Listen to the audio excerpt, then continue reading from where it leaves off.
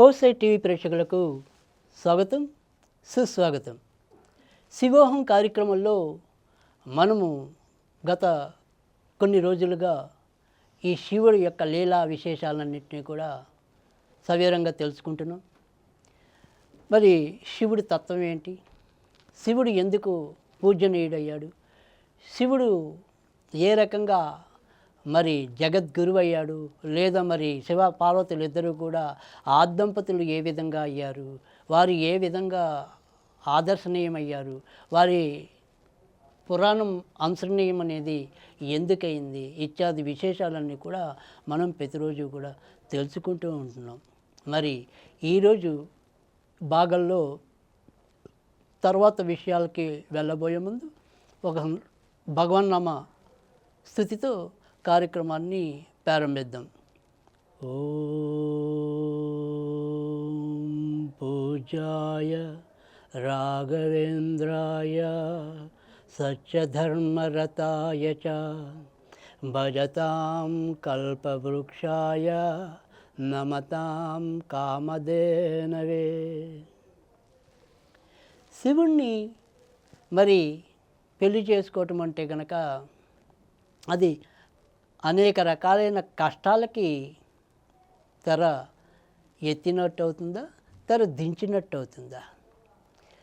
ఎవరైనా సరే ఆ కాలమైనా ఈ కాలమైనా ఏ కాలమైనా ఆడపిల్లలకి మరి పెళ్లి చేయాలి అంటే కనుక తల్లిదండ్రుల్లో అనేక రకాలైన సందేహాలు నెలకొంటల్లో ఎలాంటి ఆశ్చర్యము కూడా ఉండదు కదా. అయితే విచిత్రం ఏంటంటే, ఇప్పుడు ఆనాటి కాలంలో లేదా కనీసం ఒక 20 ఏళ్ళ వరకు కూడా వెనక్కి వెళ్తే ఇంచుమించుగా ఆడవాళ్ళు ఎంతో కొంత గృహిణులుగా పాపం తమ భర్తలు ఏ రకంగా ఎలా ఇబ్బంది పెట్టినా వాటిని సరిస్తూ భరిస్తూ కాపురాన్ని తమ దక్షతతో చక్కదిద్దుకుంటూ వచ్చేవాళ్ళు. అలాగే అడపాదడప అక్కడక్కడ కొద్దిగా భార్యలు గయ్యాలి వారు అయినా కూడా మరి పూర్తిగా ఇంటి మీద తమ పెత్తనం సాగించేవారు ఉన్నప్పటికీ కూడా ఇటు భర్తలు, ఆ భర్తలతో పాటు భార్యలు ఇద్దరూ కూడా సమానంగా వారి వారి యొక్క ఈ భార్యాభర్తల బంధం వెనక ఉండే పరమార్థం అనేది ఏదైతే ఉంటుందో దాన్ని గుర్తెరిగి మసలుతూ వస్తూ ఉండేవారు. ఆ రకంగా మన యొక్క ఈ వివాహ వ్యవస్థ అనేది ఏదైతే ఉందో ఆ వివాహ వ్యవస్థ అనేది మరి అన్ని దేశాల వారికి, అన్ని మతాల వారికి కూడా అది ఎంతో ఆదర్శనీయమవుతూ ఉండేది. అందుకని ఈ భారతదేశానికి ఒక తలమానికంగా మిగిలిపోతూ ఉండేది మన దేశ వివాహ సంస్కృతి అనేది. ఇక్కడ ఈ వివాహ సంస్కృతి అనేది ఏదైతే ఉంటుందో దాని మూల పదార్థం అనేది ఏదైతే ఉంటుందో ఆ మూల పదార్థం అంతా కూడా క్రమంగా ఇప్పుడు క్షీణిస్తోంది. ఇక్కడ మరి ఈ రోజుల్లో మనం గనక చూసినట్టయితే గనక చిన్న చిన్న కారణాలతో కూడా వారి వారి యొక్క జీవితాలని పాడు చేసుకునేవాళ్ళు, వారి యొక్క దాంపత్యాన్ని మరి వారి యొక్క దాంపత్యంలో విషం చిమ్ముకుంటున్న వాళ్ళు, తర్వాత మరి ఇట్టే విడాకుల కోసం పరిగెత్తుతున్నవారు, ఇలా ఎంతోమందిని ఈ రోజుల్లో మనం చూస్తూ ఉన్నాం. ఏమైపోతుంది మన యొక్క వివాహ సంస్కృతి అని చెప్పి ప్రతి ఒక్కళ్ళు కూడా మదన పడుతూ వస్తున్న నేపథ్యం. మరి ఈరోజు ఎందుకని అలా అవుతుంది? అందుకని మనం ఎప్పుడు కూడా అంటే ఇక్కడ ఏవైనా సరే ఈ పురాణ కథలు చదివే ఉద్దేశం కానీ, తెలుసుకునే ఉద్దేశం కానీ, ఇక ఇతరత్ర ఏవైనా సరే ఈ ధర్మ గ్రంథాలని పరిశీలించడం కానీ, నేర్చుకోవటం కానీ ఇలాంటివన్నీ ఎందుకు అంటే కనుక మనలో ఉండే ఈ క్షణకాల కోరికలు ఏవైతే ఉంటాయో ఆ క్షణకాల కోరికలన్నింటినీ కూడా మనం కొంత సంయమనంతో వాటిని చక్కదిద్దుకొని మనం మన యొక్క జీవితాలు ఏవైతే ఉంటాయో, మన యొక్క దాంపత్యాలు ఏవైతే ఉంటాయో, భార్యాభర్తల ఈ 7 అడుగుల బంధం అనేది ఏదైతే ఉంటుందో వాటన్నిటినీ కూడా మరి ఆదర్శనీయం చేయడము అనే దాని మీద ఎంతో కొంత ఓర్పుతో కాపురాల్ని చక్కదిద్దుకోవటం అనేది నేర్చుకుంటాము అనే ఒక ఆకాంక్షతోనే మనకి ఇలాంటి ఎన్నో పరమాద్భుతమైన ధార్మికమైన విషయాల్ని పురాణ రూపాల్లో వేదవ్యాసుడు మనకి అందించాడు. మరి ఈరోజు మనం ఎందుకు ఇంత క్షణికావేశంతో ఇలాంటి వాటినన్నిటినీ కూడా విస్మరిస్తున్నాం? అది ప్రతి ఒక్కరు కూడా ఆలోచించవలసిన విషయం. సరే, మన పిల్లలు కొద్దిగా ఉడుకు నెత్తురుతో వాళ్ళు చూసిందే లోకంగా పరిభ్రమించడానికి కొంత ఉంటుంది. కానీ మనము మరి కొన్ని ఒక తరం వెనక నుంచి వస్తున్న వాళ్ళం. మనం మన పిల్లలకి నేర్పాల్సిన బాధ్యత కానీ, అమ్మ ఇది జీవితం అంటే, అమ్మ ఇలా ఉంటుంది కాపురం అని కానీ, ఇటు ఆడపిల్లలకి మీరు ఎందుకు చెప్పలేకపోతున్నారు, మగ పిల్లలని ఎందుకు మీరు సరిగ్గా పెంచలేకపోతున్నారు? ఇందువల్ల మనకి రాను రాను రాబోయే తరాలన్నీ కూడా మరి విషతుల్యమైన నాగరికతతో ముందుకెళ్ళటం అనేది ఉంటుంది. కనుక పూర్తి స్థాయిలో ఈ వివాహము అనే బంధము పూర్తిగా చెదిరిపోకుండా సహజీవనాలు వెంట పడకుండా అవి రక్షించబడాలి అంటే గనక శివ కళ్యాణం గురించి చెప్పాలి, పార్వతీ శివుల యొక్క పరిణయం గురించి చెప్పాలి, సీతారాముల కళ్యాణం గురించి చెప్పాలి, సీత రాముడి వెంట ఎలా వెళ్ళిందో చెప్పాలి. ఇక్కడ స్త్రీ పురుషుల స్వేచ్ఛని మనము హరించమని చెప్పటం లేదు. ఆ స్వేచ్ఛని అతి స్వేచ్ఛగా తీసుకొని పాడు చేసుకోవద్దు జీవితాలని చెప్పటం మాత్రమే ఉద్దేశం. ఎందుకంటే ఎక్కడ ఎవరికి ఏ స్వేచ్ఛ ఎంతవరకు ఉండాలో అంతవరకు ఆ స్వేచ్ఛ వాళ్ళు తీసుకోవటం కూడా ఉత్తమం. ఒకవేళ వాళ్ళ స్వేచ్ఛను ఎవరైనా హరించినా కూడా అది నేరం. కనుక అది ఎప్పుడైనా సరే అతి సర్వత్ర వర్జయేత్ అన్నారు. మనం ఏదైనా సరే ఈ అతికిపోయినప్పుడు మనం చితికిపోక తప్పదు. కనుక ఆ యొక్క సత్యాన్ని మనం గుర్తించటమే మన యొక్క జీవితం, హిందూ ధర్మం. కనుక ఇప్పుడు ఈరోజు కథలోకి వచ్చేప్పటికీ ఇక్కడ మరి హిమవంతుడు, మేనక కూడా అనేక రకాలుగా వాళ్ళ కూతుర్ని విచ్చే విధానంలో, శివుడికి కట్టబెట్టే విధానంలో ఈ సామాన్యులకి ఎలాగైతే అనేక రకాలైన సందేహాలు కలిగాయో మరి పరమశివుడు పట్ల వాళ్ళకి కూడా అవే రకమైన సందేహాలు కలిగాయి. వాటన్నిటినీ కూడా సప్త మహర్షులు నివృత్తి చేసి వారికి శివుడికి ఇచ్చి పెళ్లి చేసేందుకు వాళ్ళని సంసిద్ధులు చేసి వారి యొక్క రాయబారాన్ని ముగించుకొని తిరిగి వెళ్ళిపోతారు.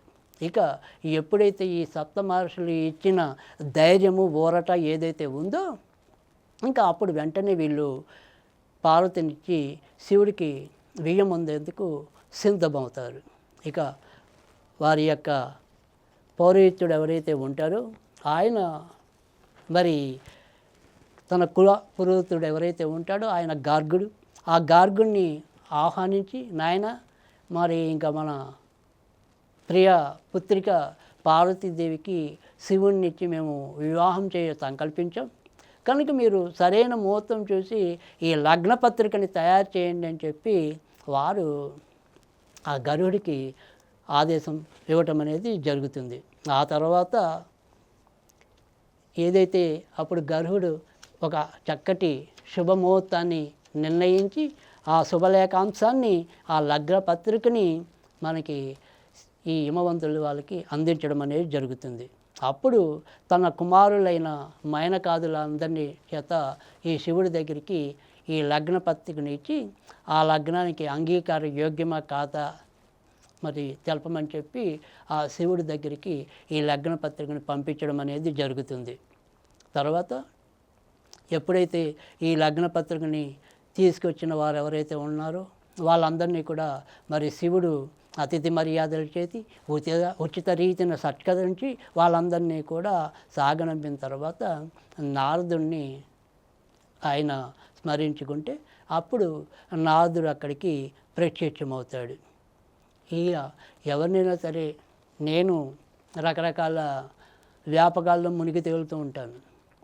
నాకు నిజానికి ఇలాంటి వివాహ బంధాలు కానీ, ఈ బంధుత్వాలు కానీ, ఇలాంటివన్నీ కూడా నాకు చాలా అనుభవంలో లేనివి. నాకంటూ ఎవరూ లేరు. నేను ఒక అనాథగానే పెరిగాను. కనుక ఎవరిని పిలవాలి, ఈ యొక్క పెళ్ళికి ఎవరు రావాలి, ఇలాంటివన్నీ కూడా నువ్వే నిర్ణయించి వాళ్ళందరికీ కూడా ఈ శుభలేఖలు పంపే బాధ్యత నీది అని చెప్పి నారదుడికి పురమాయిస్తాడు పరమశివుడు. ఆ రకంగా మరి ఈ యొక్క పిలుపులు అనే పేరంటం ఏదైతే ఉందో పాపం మన కలహభోజుడైన నారదుడికి ఆ రకమైన కార్యక్రమాన్ని శివుడు నమ్మకంతో అందించడం అనేది జరుగుతుంది. ఇక ఏదైతే మరి ఈయన సాక్షాత్తు విష్ణు నామంతోనే నిత్యము జీవించేవాడు, నారాయణాయ నమః నారాయణాయ నమః అని లోకాలన్నీ కూడా సంచరించేవాడు కనుక మొట్టమొదటి ఈ శుభలేఖ ఏదైతే ఉంటుందో మరి ఆ విష్ణుమూర్తికి ఇవ్వటం అనేది కూడా చేస్తాడు నారదుడు. ఇక ఎప్పుడైతే విష్ణుమూర్తి తన యొక్క పిలుపు అందుకున్నాడో ఆనందంతో మరి శివుడి దగ్గరికి వచ్చి ఆ యొక్క కార్యక్రమ భారాన్నంతా కూడా ఆయన భుజాల మీద వేసుకోవటం అనేది జరిగిపోతుంది. ఇక శివుడికి సతీ సమేతంగా ఆయన అభివాదం చేసి ఆయన ఆచరించబడిన ఆసనాన్ని అనుష్ఠిస్తాడు ఈ యొక్క విష్ణుమూర్తి. ఆ తర్వాత ఆ వెనకే హంసవాహనారూఢుడై మరి వస్తాడు బ్రహ్మ. ఆ తర్వాత అలాగే అక్కడికి చేరుకుంటారు పార్వతీతో పాటు మరి లక్ష్మీదేవి, సరస్వతీదేవి వీరందరూ కూడా చేరుకోవటం అనేది గాయత్రి సమేతంగా చేరుకోవటం అనేది ఉంటుంది. అయితే ఇక్కడ మరి పార్వతి ఇంకా పెళ్లి కూతురుగానే ఉంటుంది కాబట్టి కేవలం ఆమె అంతర్రూపిణిగానే రావటం అనేది చెప్పాలి తప్ప నిజ రూపిణి స్వరూపిణిగా వచ్చింది అనడానికి ఎటువంటి దాఖలాలు కూడా ఉండవు. ఇక శివుడికి మొక్కి ఆయన యొక్క చూపించిన ఆసనాలన్నింటినీ కూడా వీళ్ళు అధిరోహించడం అనేది జరుగుతుంది. ఇక శివుణ్ణి పెళ్లి కొడుకుగా చేసే బాధ్యత అందరూ కూడా తలొక్కలు పంచుకోవటం. ఇక సప్తమాతృకులు ఎవరైతే ఉండి మనం చెప్పుకుంటూ ఉంటామో ఆ సప్తమాతృకులందరూ కూడా స్వయంగా వచ్చి శివుణ్ణి పెళ్ళి కొడుకు చేయడానికి ముచ్చట పడతారు, తాతాలాడతారు. ఆ రకంగా ఆనందం ఆనందమాయనే అనుకుంటూ శివుడి యొక్క పెళ్ళికొడుకు తంతుని వీళ్ళు రంగరంగ వైభవంగా పూర్తి చేసే పనిలో నిముక్తులవుతారు. ఇక ఎప్పుడైతే ఈయన యొక్క శివుడిని అలంకరించడానికి వారు చాలా రకాలుగా అవస్థ పడతారు. ఎందుకంటే ఈయన పెళ్లి కొడుకుగా చేయాలి, పెళ్లి కొడుకుగా ఒక రూపాన్ని ఇవ్వాలి అనుకుంటే ఆయన యొక్క రూప లావణ్య విశేషాలన్నీ కూడా అందరికీ కాసింత కష్టంగానే ఉంటాయి. ఎందుకంటే మెడలో హారంగాన ఆయనకి మరి ఎప్పుడు కూడా సర్పమే హారంగా వెలుగుతూ ఉంటుంది. కనుక ఆయనకి సర్పం అంటే పెద్దగా ఇబ్బంది ఉండదేమో, కానీ మరి సామాన్యులకి ఆ సర్పాన్ని ముట్టుకుని ఈయనకి రకరకాలుగా అలంకారాలు చేయాలంటే అది ఎంత కష్టంతో కూడిన పని. సరే పోనీ మెడకి అందంగా ఏదైనా అలంకరిద్దామా అంటే ఆయన గర్రల కంఠుడు. ఆ మెడలో మరి ఆ కంఠంలో గర్రం అనేది ఉంటుంది. కనుక ఏది చూసినప్పటికీ కూడా పోనీ ఏమైనా సరే ఒక మంచి వస్త్రాలతో అలంకరిద్దామా అంటే ఆయన ఏనుగు తోలు కప్పుకొని తిరుగుతూ ఉంటాడు. ఒక్కొక్కసారి అసలు బట్టలేమి వేసుకోకుండా దిగంబరుడై కూడా శ్మశానాల్లో ఊరేగుతూ ఉంటాడు. ఇలాంటి వ్యక్తిని అసలు ఒక పెళ్ళికొడుకుగా తయారు చేయటం అంటేనే వారికి తలకు మించిన భారంగా అవుతూ ఉంటుంది. ఇక ఏదైతే వైదిక కర్మలన్నీ ఉంటాయో ఆ వైదిక కర్మల్లో ఏవైతే ముఖ్యమైనవి ఉంటాయో అవన్నీ కూడా నాకు సిద్ధించేలాగా ఉండాలి అని చెప్పి శివుడు మనోసంకల్పంతో ఉండగా అప్పుడు ఆ రకంగా మరి ఈ వైదిక పెళ్లి తంతు అనేది ఏదైతే ఉంటుందో దానికి తగ్గట్టుగానే కార్యక్రమాలన్నీ కూడా చకచకా జరిగిపోతూ ఉంటాయి. ఇక ఎప్పుడైతే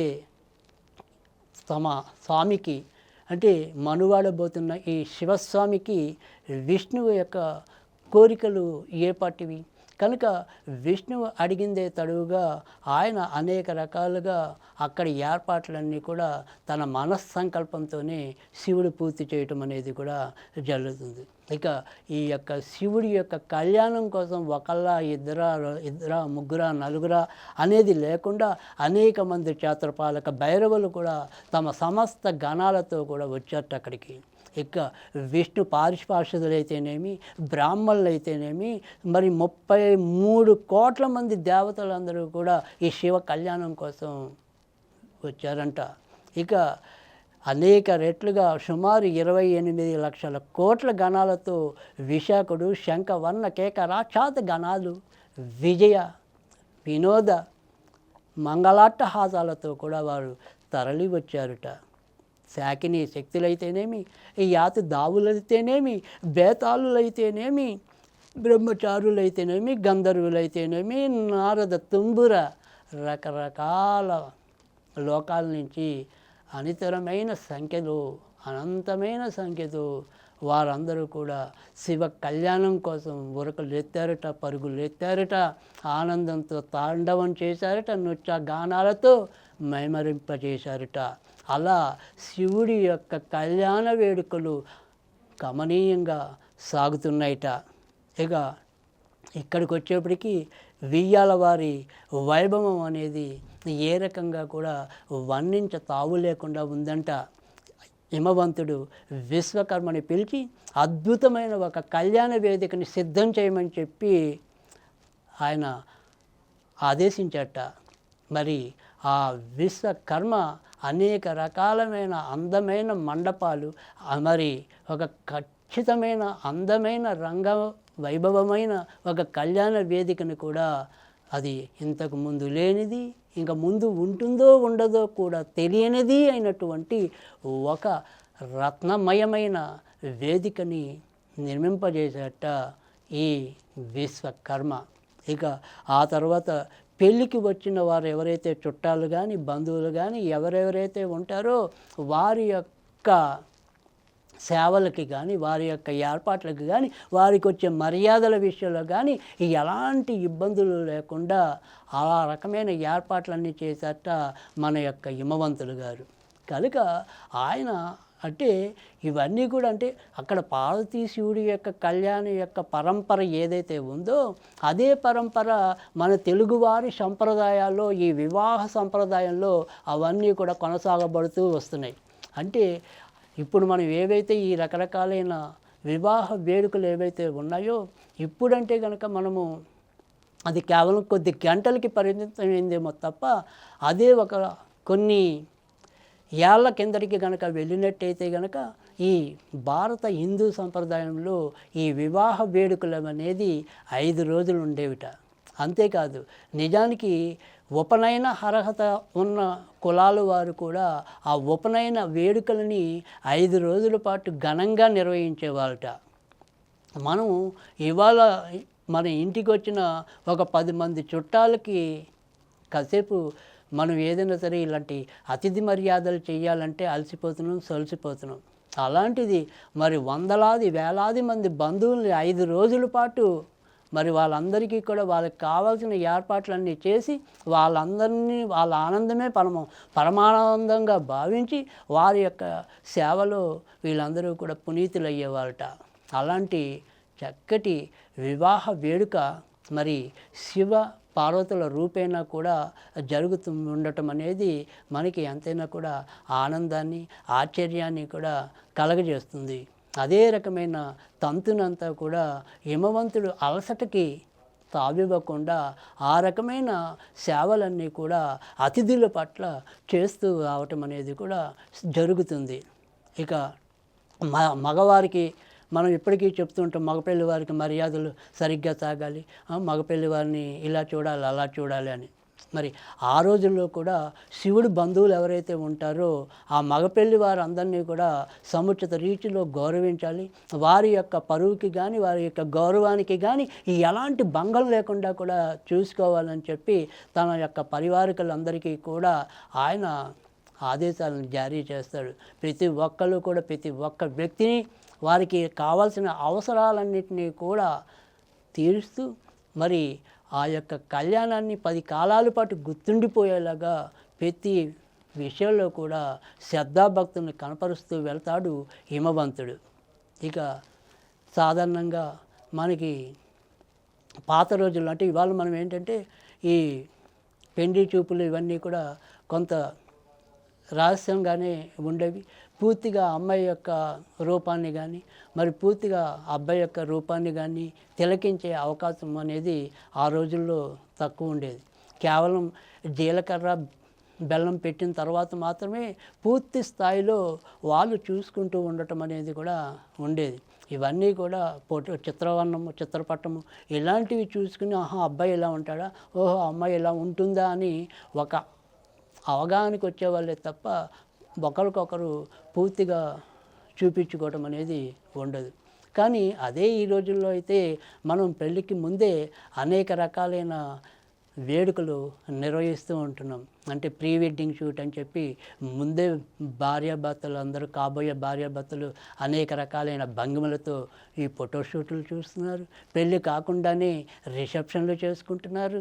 ఇలా ఏదైతే మన యొక్క వేడుకలు ఉన్నాయో, ఏదైతే హిందూ వివాహ ధర్మం ఉందో ఆ ధర్మంలో వచ్చే అలవాట్లన్నీ కూడా కొద్దిగా మారిపోతూ రావటం అనేది ఉంది.